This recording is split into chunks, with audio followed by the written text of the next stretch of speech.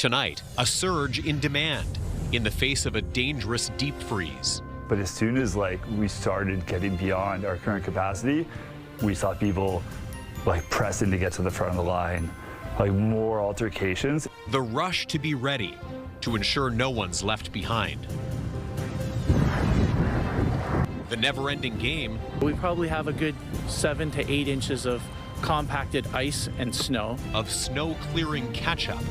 If a plow has come by, it has not done what it's needed to do to get the job done. The frustrations and a reality check on expectations during a relentless winter. Plus, peak flu season. We may see a pickup, but we will continue to see virus circulation even at these lower levels throughout, probably until about April. The call to consider protection, even at this stage of the winter.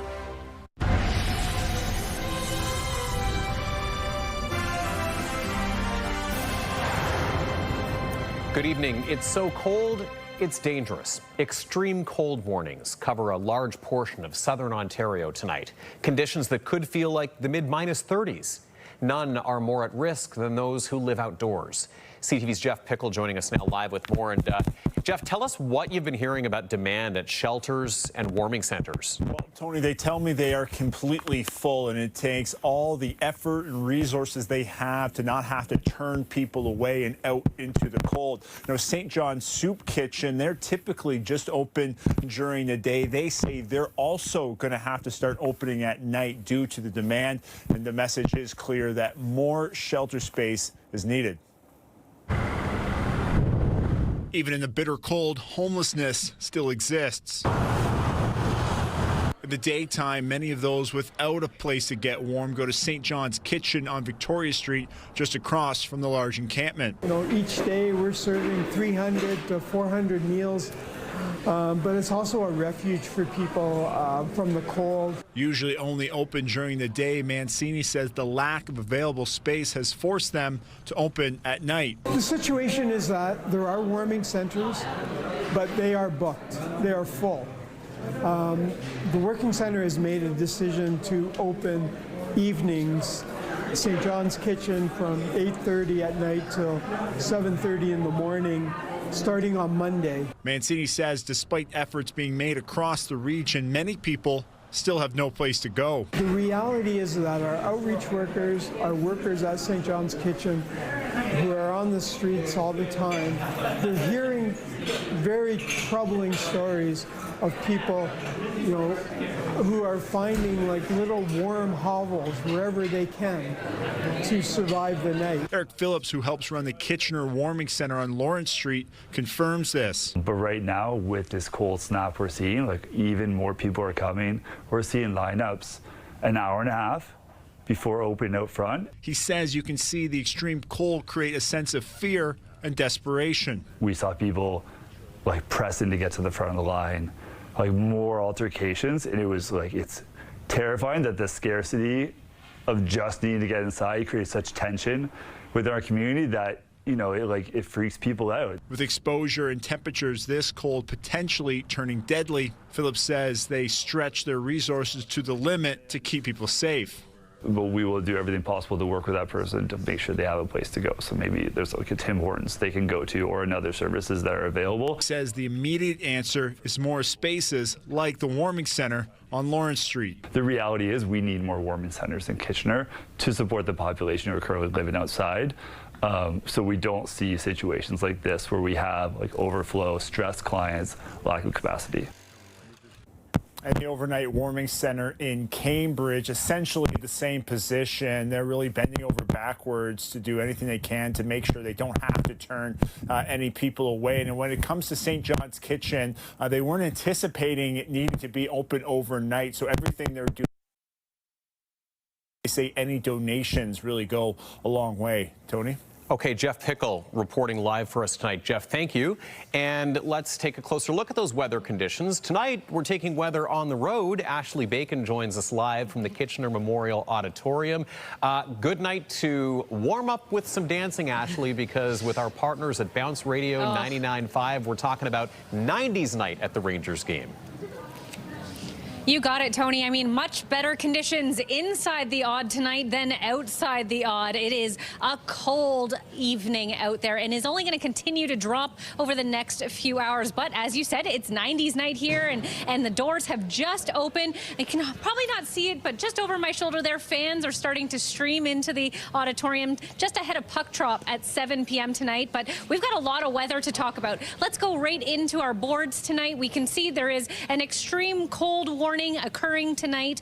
There's near values, wind chill near values of -33 with wind gusts of 50 kilometers an hour. Of course, frostbite can develop in those conditions very quickly. Yellow warning, 10 to 15 centimeters of snow with reduced visibility for that snow squall area up near Wyerton, Mount Forest. And in the blowing snow zone, in that gray zone, we're looking between 5 and 10 centimeters of snow. So lots of warnings and watches to be aware of. Essentially, it's going to be a cold, dreary evening, and you want to be careful if you are out and about on the roads with these additional snow squalls. You know, it can cause poor visibility as you're out driving. Right now in Waterloo Region, we're sitting at -17, westerly winds 26 kilometers per hour. Now, what we're feeling though, -28 with the wind chill. Tony, it is only going to continue to drop. As you mentioned, they are extreme temperatures. It could be extremely dangerous, and we will be continuing to monitor just how cold it gets throughout the show. But things are heating up here in the Odd,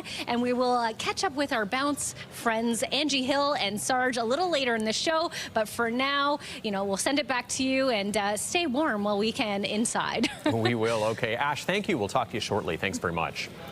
Some developing news from our roads now. 2 people were taken to the hospital with minor injuries after an 8-vehicle crash between New Hamburg and Wellesley. Waterloo Regional Police closed Nafziger Road between Wilby Road and Erbs Road just before 1:30 this afternoon. They said that whiteout conditions contributed to the crash and the road was closed for several hours over safety concerns. Meanwhile, a 65-year-old man was taken to the hospital with serious injuries after he was hit on Fisher-Hallman Road at Haldeman Street.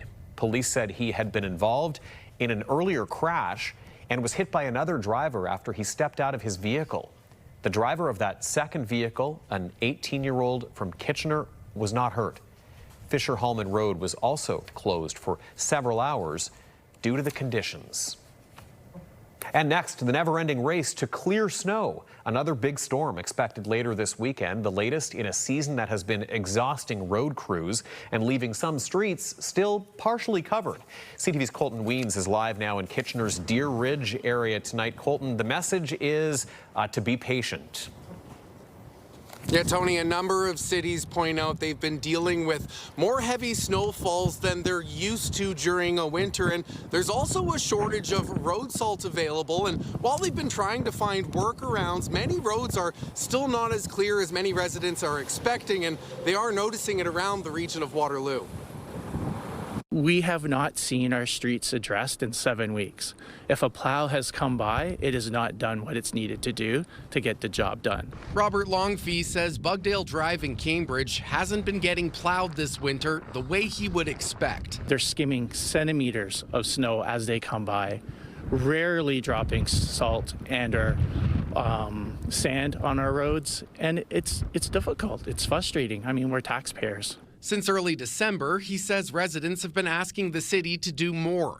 On Thursday night, he recorded this plow going by, but said in his opinion, it wasn't meeting the neighborhood's needs. I think meeting the need is doing what I think residents are paying for, which is properly salting, sanding, and clearing our streets of the snow, not just skimming snow off the road. While the street is covered with built-up snow and ice, it's still drivable, though Longfee says it's been causing problems. I have 2 neighbors that have both had damage to their vehicles. Ontario's minimum maintenance standards for municipalities don't require these streets to be bare, but they must be cleared widely enough for vehicles to pass.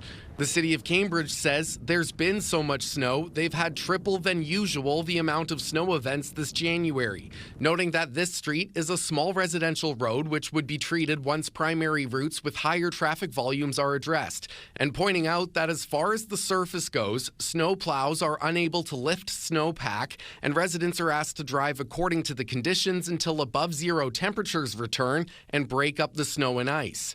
They also say they're often using a mixture of sand and salt to help with traction in the face of Ontario's salt shortage.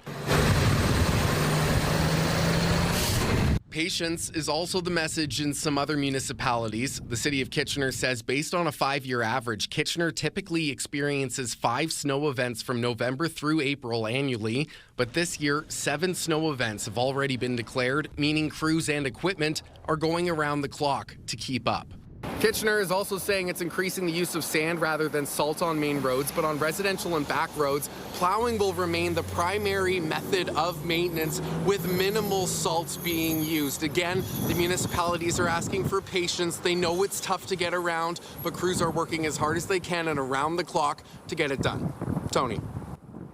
And that report from Colton Weens just a little while ago in Kitchener. This Arctic blast has dramatically transformed Lake Erie. In just a matter of days, the bitter cold and strong winds have fueled a rapid freeze. Ice now covers much of the lake. CTV's Chris Campbell reports on what it means for shipping and people living along the shoreline.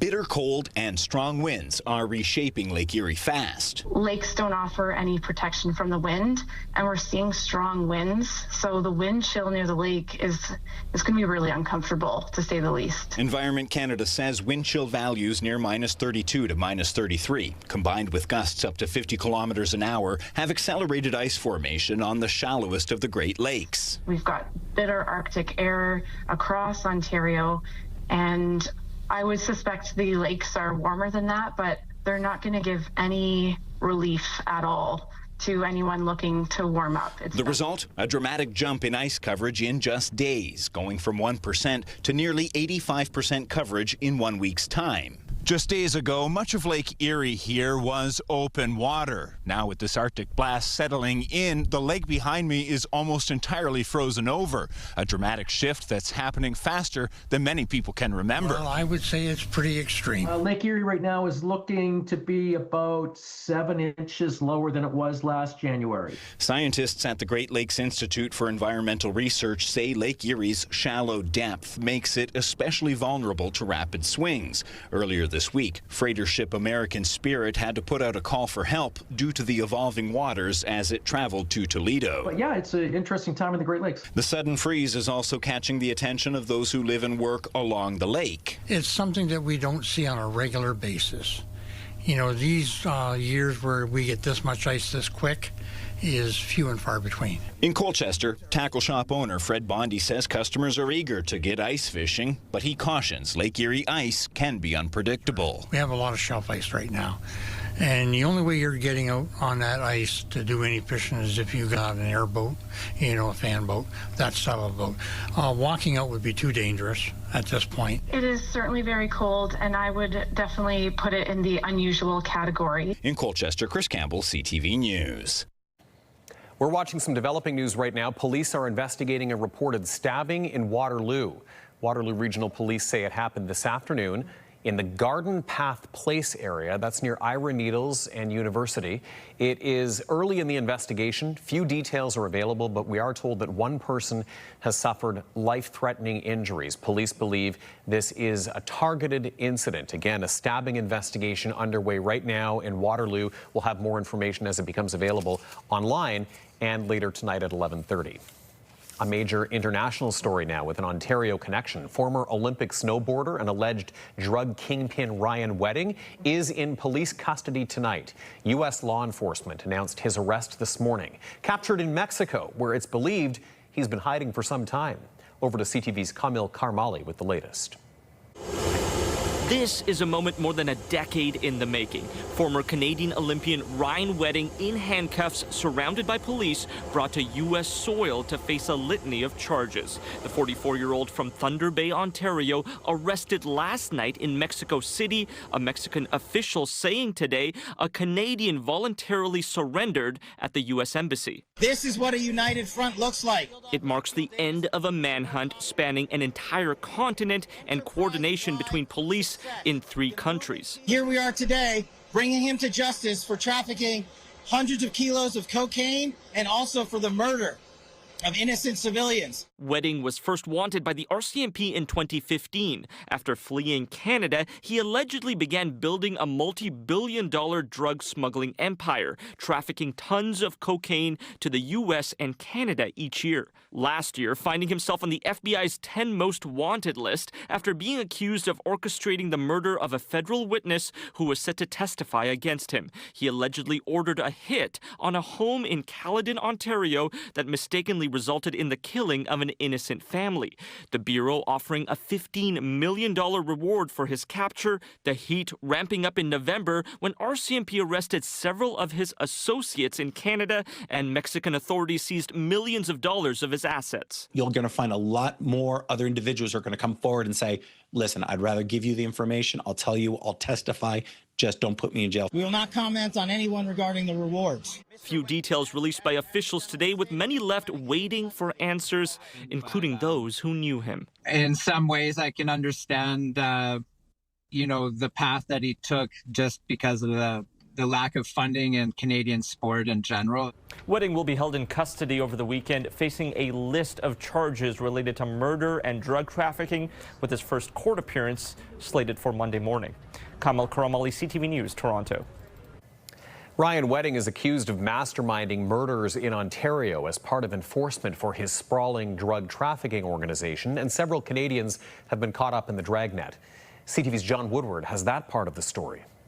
Multiple victims targeted on Ontario streets, including Jagtar Sidhu and his wife Harbhajan Sidhu, gunned down in November 2023 in Caledon. It was supposed to be retribution for a stolen cocaine shipment, but authorities confirmed the Sidhus had nothing to do with it. It was a case of mistaken identity. We never even argued with anyone, so we do not understand who can do this. Charged with murder, former Canadian snowboarder turned kingpin Ryan Wedding and his alleged second-in-command Andrew Clark. Also killed Randy Fader in Niagara Falls in 2024. Court documents link one of the men charged to Wedding's organization, his mother posting to social media, "I can't thank USA enough for their efforts in getting Ryan Wedding. It means the world to the family." We've arrested 36 people for their role in this organization. Canadians were caught in the investigation too, including truckers, some convicted of bringing cocaine north of the border in hidden compartments and semi-trailers. Whoa. This video of the operation in Florida that arrested a Montreal landlord and music producer, Naheem Jorge Bonilla, charged with drug trafficking. There's also an alleged hitman and the blogger accused of giving him a photo of the witness he would shoot, as well as a high-profile defense lawyer in Ontario accused of giving the legal advice: kill the witness, no more case. He's on bail for $5 million. We've seen mountain of drugs, cash, weapons. We seized the Mercedes-Benz, estimated over $15 million. We seized dozens of motorcycles worth approximately $40 million, and other valuable artwork and jewelry. Much of those valuables traceable to alleged money man Roland Sokolovsky. He's asking for bail too, a publication ban in place in case Wedding or his associates decided to kill any witnesses there too. That's very significant. I mean, this is a dangerous man and part of a huge organization. An organization that does have some members still at large, including Tommy DeMorizzi, Bianca Canastillo Madrid, and Gennady Bilanog. CTV's John Woodward with those details for us. A University of Guelph student lands a big role in a major hit TV series, although you won't really be seeing his face on camera. We'll meet the hockey player whose sharp skills on the ice were just what they needed for the show Heated Rivalry. I'm Krista Simpson with the latest on flu activity in Waterloo Region. Cases are down, but experts warn they could climb again, and it's not too late to get a shot. That story is just ahead. Many fans are braving the cold here at the Odd tonight to catch the Kitchener Rangers take on the Attack. But it's not just the cold people have to worry about this weekend. Lots of snow's headed our way. I'll have those details and much more during your full weather forecast a little later in the show. Stay with us. Download the CTV News app and stay on top of local stories as they unfold. We go to a dramatic scene unfolding. Customize your feed and watch live wherever you are. CTVKitchener.ca, your home for news.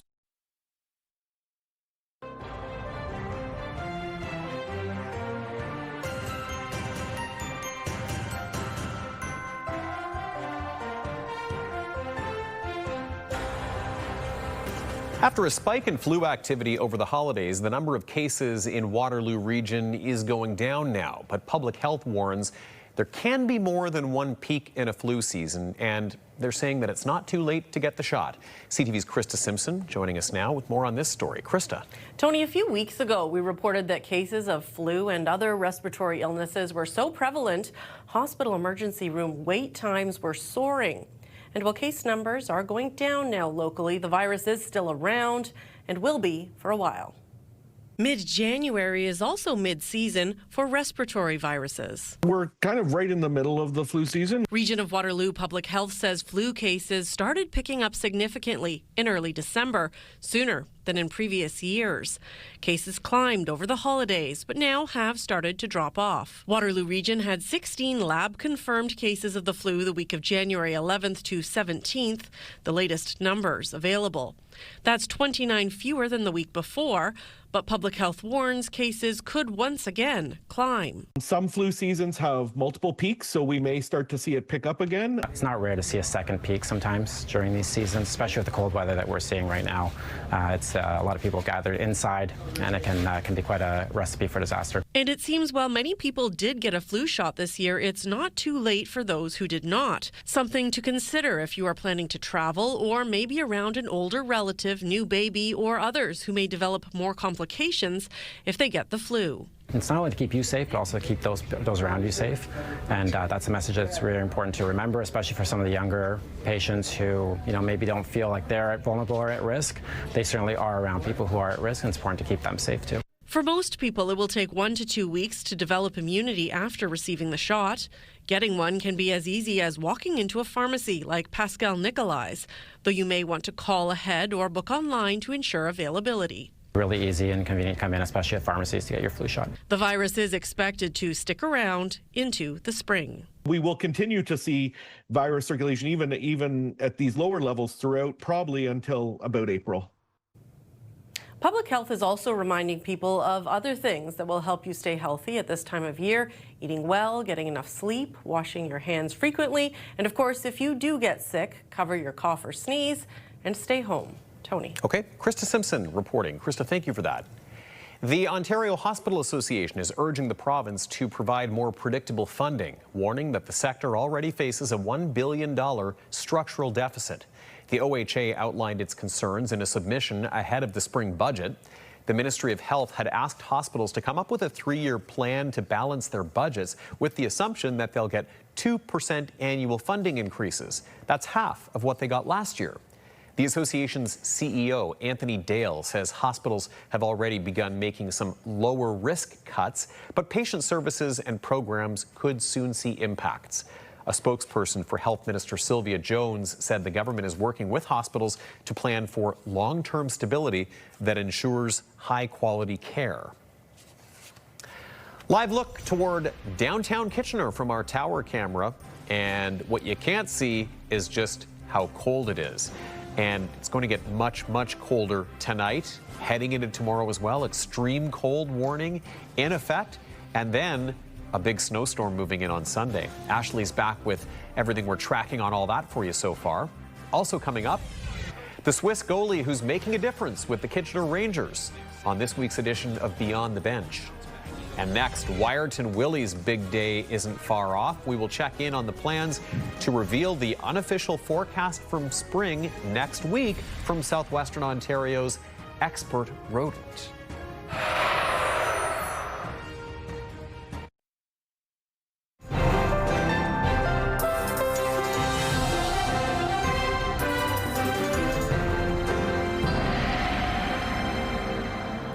Well, Ashley, there's certainly a lot to talk about with the weather tonight, from a big incoming snowstorm that we're still trying to get a bit of a handle on for Sunday, and then the extreme cold. But you're live at the Kitchener Memorial Auditorium to talk about 90s night as well at the Rangers game. You got it, Tony, and things are starting to get busy in here. The boys just taken to the ice now for pregame warm-up, but what's bigger and better than that is 90s night with Angie Hill and Sarge. Hey, guys. Hey. Okay, so it's 90s night. Let's talk a little bit about what brought us all here? We ran an awesome contest for some fans. Yeah, we had people text us at 321-321 after they heard the Rangers goal song with their name and email address, and we grabbed one at random every day for a pair of tickets. Well, this is awesome. What an experience here, Angie. And let's talk about the 90s a little bit, because all three of us were here. Well, I know we've got Molly Crew right now just rocking out, yeah. So things are heating up in here. Obviously, it's very cold outside, but let's talk a little bit nostalgic. Okay. Tell me a little bit about a highlight in the 90s for you. In the 90s, would that be Mariah Carey and All I Want for Christmas Is You? Is that the best song from the 90s? Oh, I don't know if that's it, but Angie, what do you think was the best number, or the number one song, number one hit in the 90s? Oh, wow, that's a tough one. Yeah. I have to agree, I think, with you. You had the Titanic, the Heart Will Go On song. I 100% wholeheartedly thought I was going to win this trivia question, Tony, but Angie, do tell. Okay, the number one song of the 90s was Elton John and Candle in the Wind. Oh, and I mean, like, who can blame him with the passing of Princess Diana, of course. Well, you know, as I said, guys, things are just heating up here, but there's a whole lot to talk about with weather. So we're going to get to our weather now. Let's start with our alerts boards. It's going to be a cold night tonight. Extreme cold warning for most, actually not most, all of southern Ontario. Wind chill values near -33 with wind gusts of up to 50 kilometers an hour. Now that's expected to last into Saturday morning. With these temperatures, frostbite can develop within a few minutes. So if you are out, make sure you cover up any exposed skin. Now in the yellow zone, there are some snow squall warnings that have been extended up near Wyerton, Tobermory, north of Mount Forest. An additional 10 to 15 centimeters is expected over the next 12 hours or so. Visibility, of course, reduced when there is all this blowing snow, and accompanied with all the snow, 60-kilometer-an-hour winds, and of course, those frigid cold temperatures. So it's going to be a rough one out there. Definitely a good night to maybe turn on the stereo, listen to some classics, and maybe have a dance or two at home. Looking at our futurecast, that is the band of precipitation that's causing all of that trouble in the north there. We're going to see continued snowfall through Saturday. However, if you look down near Kitchener-Waterloo, we are going to see clear skies for a portion of Saturday. Unfortunately, though, by Sunday morning, as Tony mentioned, we're expecting another significant snowfall. At this point, around 10 to 15 centimeters is predicted, but it's still a little early and things can change rapidly. So make sure you check in over the weekend to make sure you know exactly what's going on. Okay, right now in Kitchener-Waterloo, it's -17, feeling much colder than that at -28 with the wind chill. Conditions only going to continue to deteriorate overnight. A low of -22 is expected, with wind chill values closer to -30 to 33. So it is going to be a very, very cold night. Tomorrow, conditions not really improving temperature-wise, a high of just -13. But the good news is the sun is going to be out for a portion of the day. Now, what I love on this board here, we gained 2 more minutes of daylight. Sun rising at 7:47 a.m. and setting at 5:21 p.m. So we're getting a little more daylight, even though it is really cold. All right, let's look at our 7-day forecast starting in Waterloo Region. As I mentioned, Sunday we're going to see more snowfall, temperatures rebounding by Monday to -9. Now that is still colder than seasonal, which is around -3 this time of year, but significantly better than the -22 we're expecting to feel tonight. In Lambton, Kent, Essex, similar conditions there. Mainly sunny for your Saturday, snow returning by Sunday, and cloudy conditions to start your work week. And lastly, in southern Georgian Bay, a high of -11 with clouds, snow continuing for Sunday with a high of -10, and flurries essentially continuing throughout your work week, Tony. So if it's not the cold, it will be snow, and it's going to continue. We are really in the thick of winter now, but what better way to spend a Friday night when it's really cold than right here at the Odd with the Kitchener Rangers and with the Bounce crew. You got it. Okay, Ashley Bacon live at the Kitchener Memorial Auditorium on 90s night with Bounce 99.5 at the Rangers game. Thanks, Ash. And as we were just alluding to, you're not really going to get any relief if you are fed up with the snow and the cold this weekend, but there may be a faint glimmer of hope, because in just over a week, Wyerton Willie will make his prediction on the arrival of spring. CTV's Scott Miller has a look ahead. Willie did not see his shadow. We will have an early spring. In 10 days, an albino groundhog will be brought out onto a stage in Wyerton to conduct his annual winter weather forecast. We are so excited. This is the 70th prediction for Wyerton Willie. For 7 decades, Wyerton Willie has been delighting audiences with his weather prognostications. 36 times he's not seen his shadow and predicted an early spring. 25 times he's seen his shadow, predicting 6 more weeks of winter. And 9 times there's no record of what his prediction was. No matter what he says, Willie's February 2nd prediction draws thousands of people from around the world to Wyerton each and every Groundhog Day. It's an annual tradition, and it's a homecoming for many people that have grown up in the area, and they return home with their families and they share in the celebration. So we really are excited and looking to welcome everybody back to Wyerton for Wyerton Willie Festival. While Willie's prediction is the highlight of the Wyerton Willie Festival, dances, games, kids events, and chili cook-offs start on Friday, January 30th and run right through until the big moment at 8:07 a.m. on Monday, February 2nd. If you haven't seen the fireworks on a crisp February morning overlooking Coolpoise Bay, it's something that everybody has to experience at least once. And we see, thousands of visitors coming to the area in the middle of, in February. What Willie sees and says on February 2nd is still to be determined, but with constant road closures and 15 snow days for students in Grey Bruce so far this winter, the consensus in the Groundhog Day crowd will undoubtedly be for Willie to predict an end to winter as soon as possible. We're looking forward to lots of community spirit in, the north winter. So it really is winter up here on the Bruce Peninsula. I'll be covering Wyerton Willie's prediction on Groundhog Day, and we'll have all the details on the CTV London website that morning. In Wyerton, Scott Miller, CTV News. Well, of course, we'll be sure to bring you those details from Scott as well. We'll have to see what Willie predicts and, of course, whether he's right. Coming up, big plans for the auto industry in Cambridge and Woodstock. Toyota unveils its next Canadian-built vehicle. How it's planning to navigate a turbulent time for industry and trade next.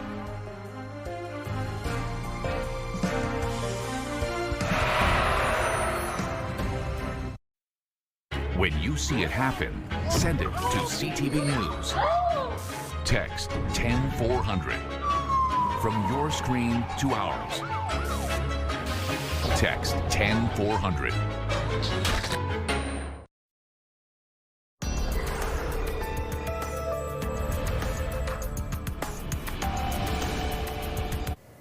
Well, it is not just us here in Ontario feeling it. This cold weather is gripping millions of Canadians. And as temperatures plummet, of course, goes without saying, the cost of keeping warm is going up. CTV's Adrian Gobriel now on how energy prices and the cold are combining for a 1-2 punch. An Arctic air mass is siphoning the spirit of some Canadians. Oh my God, it's terrible. It's absolutely terrible. I stay home most of the time. Though staying home these days is far from a free ride with natural gas prices on the rise. A gas spike right now is because it's cold right through Canada and the United States. So the gas demand is up, and demand goes up, prices go up. Western Canada is a net exporter of natural gas. Utilities heating homes in Eastern Canada import the bulk of their natural gas from the United States, where the cost is now soaring. We've seen some prices in the U.S. Midwest spike to over $70 per MMBTU. I mean, these are massive prices, but they're cold weather related. From forest fires to a historic deep freeze, Canada's climate is affecting the economy, with Canadian households bearing the brunt of the costs.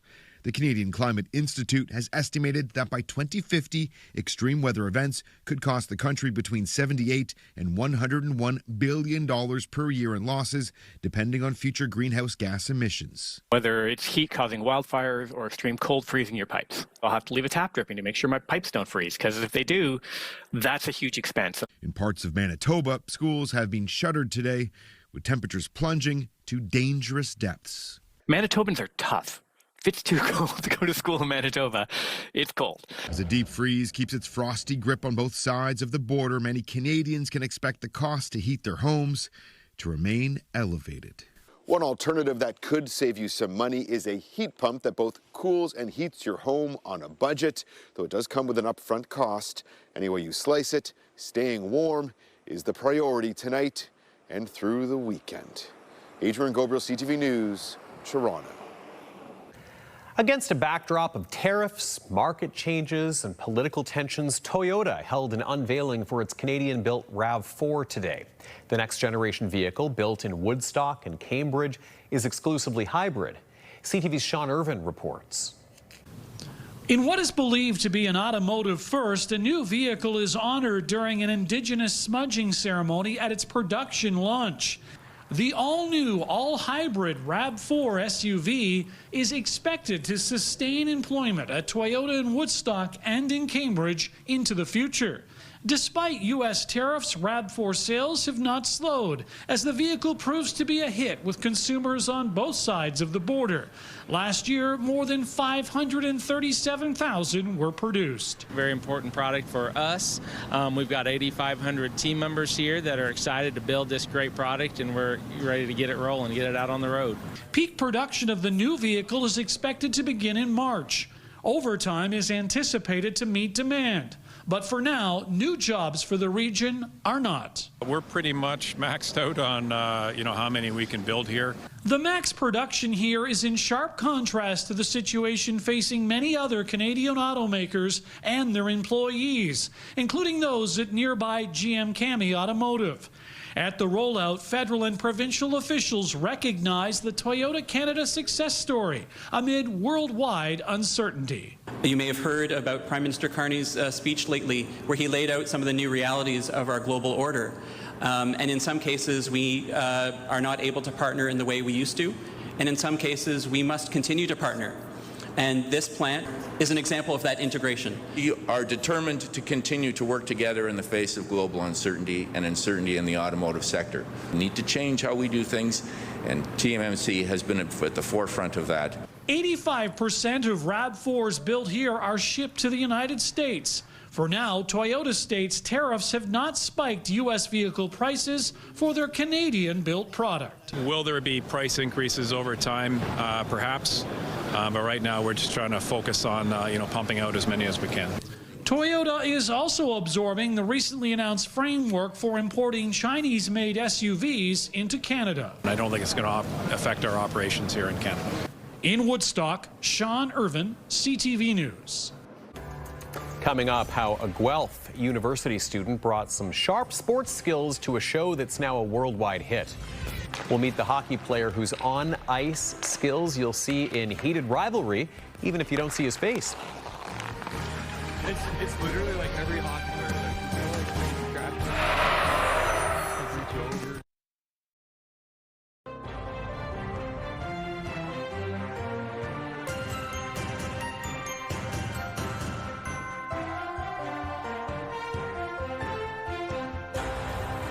You've likely heard of the hit Crave TV series Heated Rivalry. It's a filmed in Ontario show, and it's made stars of many of its cast. But there is also some homegrown hockey talent on the show that isn't getting the same recognition. CTV's Spencer Turcotte explains.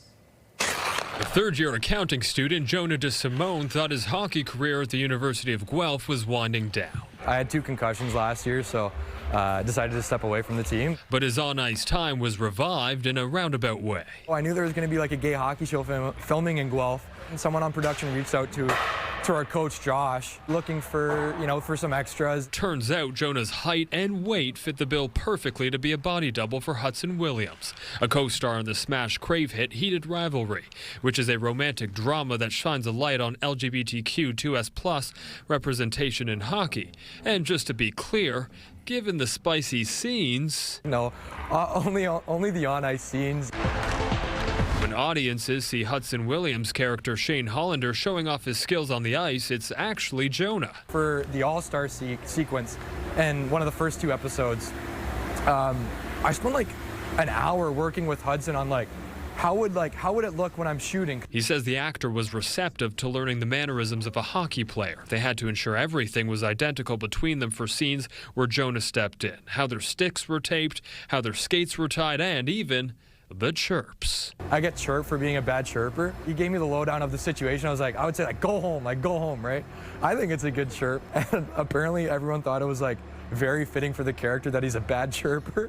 And I was like, I thought it was kind of good. The show has been greenlit for a second season, and Jonah is hoping he'll be back as a body double. I'm just waiting for the call, and I'll come back with some better chirps for next season. Spencer Turcotte, CTV News, Guelph.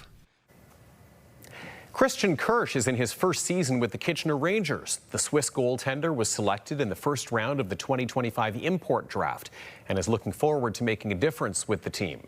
We hear more in this week's edition of Beyond the Bench. Hayes there defending, gets it to Chase Reed, walking in with a shot. Great save, Kirsch. For Chase Reed from that point. He's got a great release. My name is Christian Kirsch. I'm a goalie, and this is my first season with the Rangers. Nearly finds Reed, who finishes his checkoff there on procession. Nice quick passing by North Bay. Good chance for Amidovsky, but a better save by Kirsch. I think it takes discipline, a lot of discipline and motivation to get better every single day. I mean, you have to be disciplined with your sleep, nutrition, practice habits. You don't practice that much in the OHL, so the practices you do get, I think it's really important that you really use them and work on your habits there, and then so you feel comfortable in the game. Nice play to get it to Brady Smith. Smith back to Zelensky with a shot. Nice save there. The pace, the speed, you never know what's going to happen next. Any team can win against anyone, and it's just such a challenge every day, every game that, I just crave to get better. With a shot, nice save there. Rebound and another nice save there by Kirsch. I think my skating ability combined with my size sets me apart because I'm a pretty tall guy, and I'm a good skater while reading the game well, so that just really helps me get around the crease, get in my positions, and making the save. Here for Gowan. Gowan shot save made by Kirsch. I think my favorite hockey player while growing up was probably Carey Price. I mean, it was just fun watching his saves, how he is incredibly talented. Right now, I mean, I just try to take pieces from every goalie. Every goalie is good at something else, so it's really important just to learn from everyone. And let's head back to the Odd in Kitchener now and check in with Ashley. Well, it's going to be a cold but sunny start to your Saturday. How will the rest of the weekend fare? I'll have details on what we're waking up to just after the break. Stay with us. It's too cold to be outside. Stay in and watch E-Talk at 7, followed by The Big Bang Theory and Celebrity Wheel of Fortune. Then Happy's Place, followed by Stumble, and finish the night off with Boston Blue at 10. Tonight, a former Canadian Olympian turned alleged drug lord arrested. He's a modern-day El Chapo. He is a modern-day Pablo Escobar. Where Ryan Wedding was captured and the string of charges. Later on CTV National News and watch on Crave. I'm Angie. And I'm Sarge with Bounce 99.5's 4K Double Play. We're giving away $4,000 for 2 songs back to back. Listen weekdays 6A to 6P for back-to-back songs from the artist of the day. Then go to bounce995.ca for your chance to win.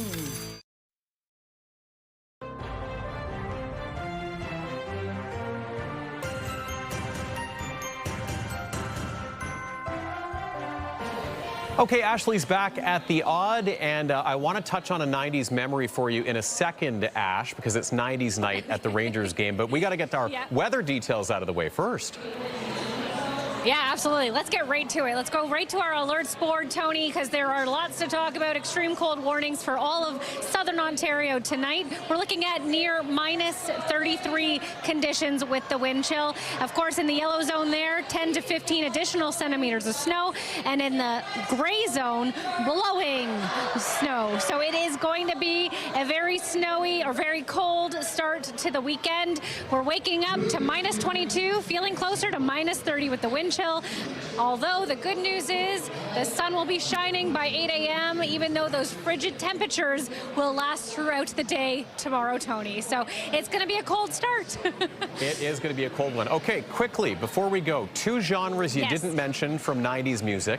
90s country is incredible. Okay. And I remember a lot of great tunes there. But picture this as well, okay? Me, 1995, with my mushroom cut, my big baggy striped shirt, baggy jeans. I was a grunge teenager. Oh, yeah. Me too. I loved the mod robe pants and the Doc Marten shoes. For those who know. We know, yeah. Oh my gosh, I could get into some mod robes pants this weekend. It's that kind of weekend, for sure. Absolutely.